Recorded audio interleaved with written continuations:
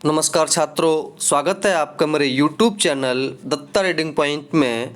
आज हम डिस्कस करेंगे लोकतांत्रिक राजनीति क्लास 9th। चैप्टर का नाम है संस्थाओं का कामकाज, वर्कशीट नंबर 40, जो कि आपको दिल्ली सरकार द्वारा दी जा रही है। आज का हमारा टॉपिक होगा नीतिगत फैसले की प्रक्रिया, किस तरह से नीति जो बनती हैं उसके फैसले लिए जाते हैं। अगर आप चैनल पर नए हैं तो सबसे पहले आप इसे सब्सक्राइब कर लीजिए ताकि आपको और भी सॉल्व वीडियोस मिल सकें। अगर आपको फिर भी कोई समस्या है तो आप उसे कमेंट बॉक्स में लिख सकते हैं।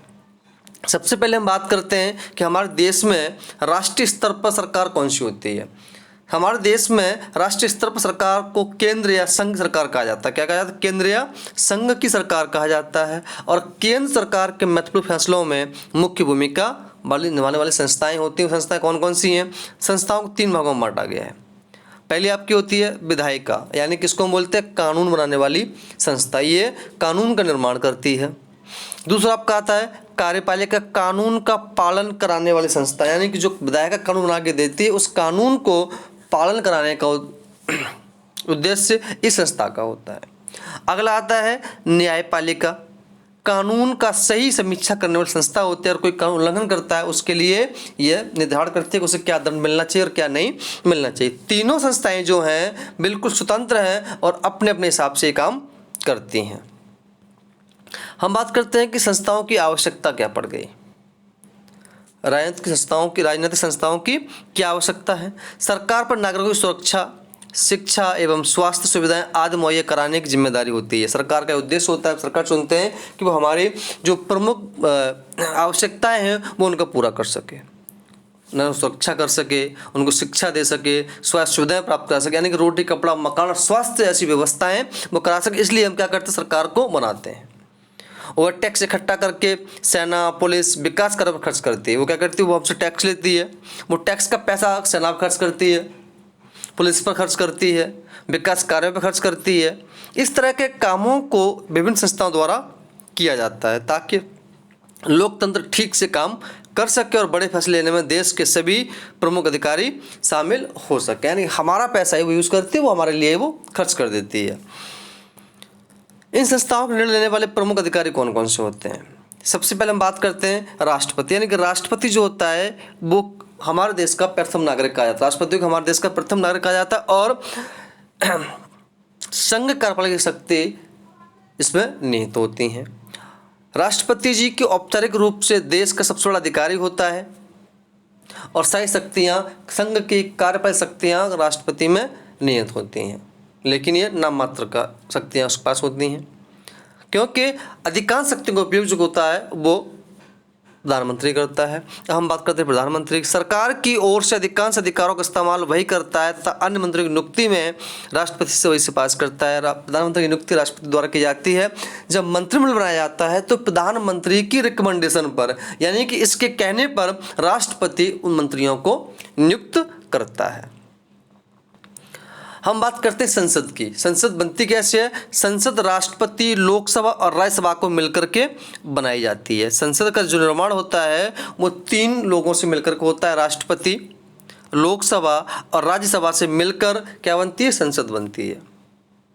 राष्ट्रपति दोनों सदनों का सदस्य नहीं होता है, फिर भी संसद के फैसले में इनकी मंजूरी के बाद लागू होता है। जब भी कोई विधेयक बनता है, जब भी कोई कानून बनता है, जब अंततः राष्ट्रपति के जब तक उस पर साइन नहीं हो जाते हैं तब तक वो कोई कानून, तब तक वो किसी भी कानून का रूप नहीं ले सकता है। यानी कि तो यहाँ राष्ट्रपति की भूमिका भी महत्वपूर्ण हो जाती है। लोकसभा बनाम राज्यसभा, दोनों में क्या अंतर है? लोकसभा में और राज्यसभा में क्या अंतर है?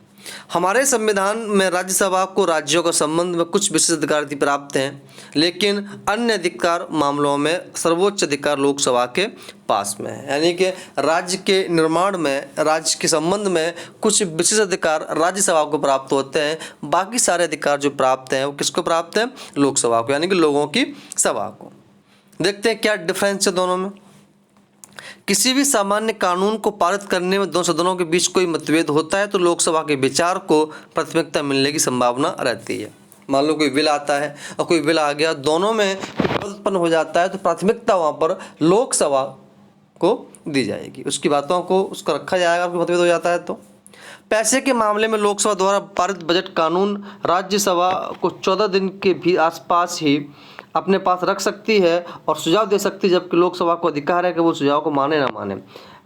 जैसे हम पैसे के मामले में बात करते हैं, जैसे धन विधेयक हो गया, वित्त विधेयक हो गया। ये धन विधेयक, वित्त विधेयक जो होते हैं वो पैसे को लेकर के होते हैं, बजट को लेकर के होते हैं।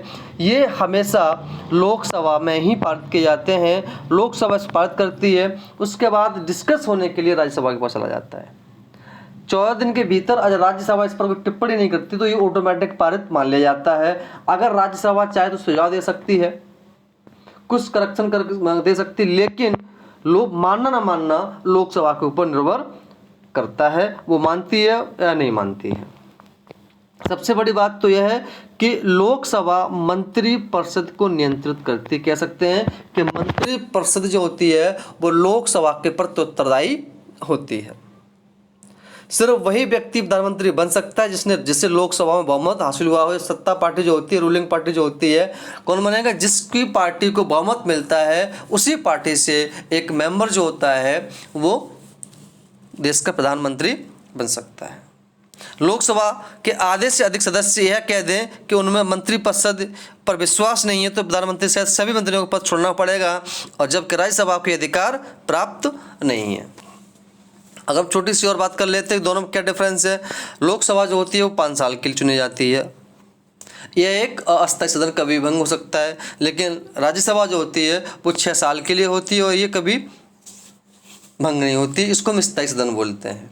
लोकसभा का मेंबर बनने के लिए 25 की चाहिए होती है, राज्यसभा के लिए 30 साल की आयु चाहिए होती है। अगर आपको राज्यसभा का मेंबर बनना है तो आपकी एज 30 साल होनी चाहिए। लोकसभा के लिए कितनी होनी चाहिए? 25 साल होनी चाहिए। लोकसभा में अधिकतम सीटों की संख्या कितनी हो सकती है? 552 हो सकती है, और राज्यसभा में 250 होती है। यहाँ 2 एंग्लो इंडियन होते हैं, और यहाँ पर जो 2 एंग्लो इंडियन चुने जाते हैं वो राष्ट्रपति अपनी मर्जी से मनोनीत करता है, जबकि राज्यसभा में राष्ट्रपति अपनी मर्जी से 12 सदस्यों को मनोनीत करता है, जिसका संबंध साहित्य से, खेल वगैरह से होता है। ये हम अगले चैप्टर में पढ़ लेंगे। अगर फिर भी आपको समस्या है तो आप उसे कमेंट बॉक्स में लिख सकते हैं कि क्या काम होता है राज्यसभा में, क्या अंतर है, लोकसभा क्या करती है। अब सब समझ ही गए होंगे। अब हम बात करते हैं क्वेश्चन की, देश की केंद्र सरकार से आप क्या समझते हैं? इसकी प्रमुख संस्थाओं का नाम बताइए। संस्थाओं का आप नाम बता सकते हैं, कार्यपालिका, विधायिका, न्यायपालिका, और इसके क्या कार्य होते हैं आप वो बता सकते हैं। राज्य संस्थाओं की आवश्यकता क्यों पड़ी आप बता सकते हैं कि उसकी आवश्यकता पड़ी कि हमसे टैक्स लेती है, हमारी रक्षा करती है, स्वास्थ्य, शिक्षा सब वगैरह को देती है, ताकि एक स्थिति मेंटेन बनी रहे, हमको सारी सुविधाएं मिलती रहें। संस्थाओं के प्रमुख निर्णय लेने में कौन कौन से अपनी भूमिका निभाते हैं आप आराम से लिख सकते हैं। अगर आपको कोई समस्या है तो आप उसे कमेंट बॉक्स में लिख सकते हैं। लोकसभा और राज्यसभा में क्या अंतर है मैं आपको बता चुका हूँ। लोकसभा जो होता है वो कैसा होता है? अस्थायी सदन होता है, जबकि राज्यसभा स्थायी सदन होता है। इसका कार्यकाल 5 साल का होता है, इसका कार्यकाल 6 साल का होता है। इसमें 552 मेंबर होता है अधिकतम, कहीं 550 लिखा होगा, और यहाँ 250 मेंबर होते हैं। इसके लिए 25 साल की एज चाहिए होती है, इसके लिए 30 साल की एज चाहिए होती है। ये लोकसभा के प्रति, ये मंत्रिपरिषद के प्रति लोकसभा उत्तरदायी होती है, लेकिन राज्यसभा में ऐसा नहीं होता है। राज्यसभा को राज्य के संबंध में कुछ विशेषाधिकार प्राप्त होते हैं। तो इस तरह से आप इसके बारे में लिख सकते हैं कि क्या इसमें डिफरेंस है। अगर आपको वीडियो अच्छी लगी हो तो आप इसे लाइक करें, अपने दोस्तों में शेयर करें। धन्यवाद।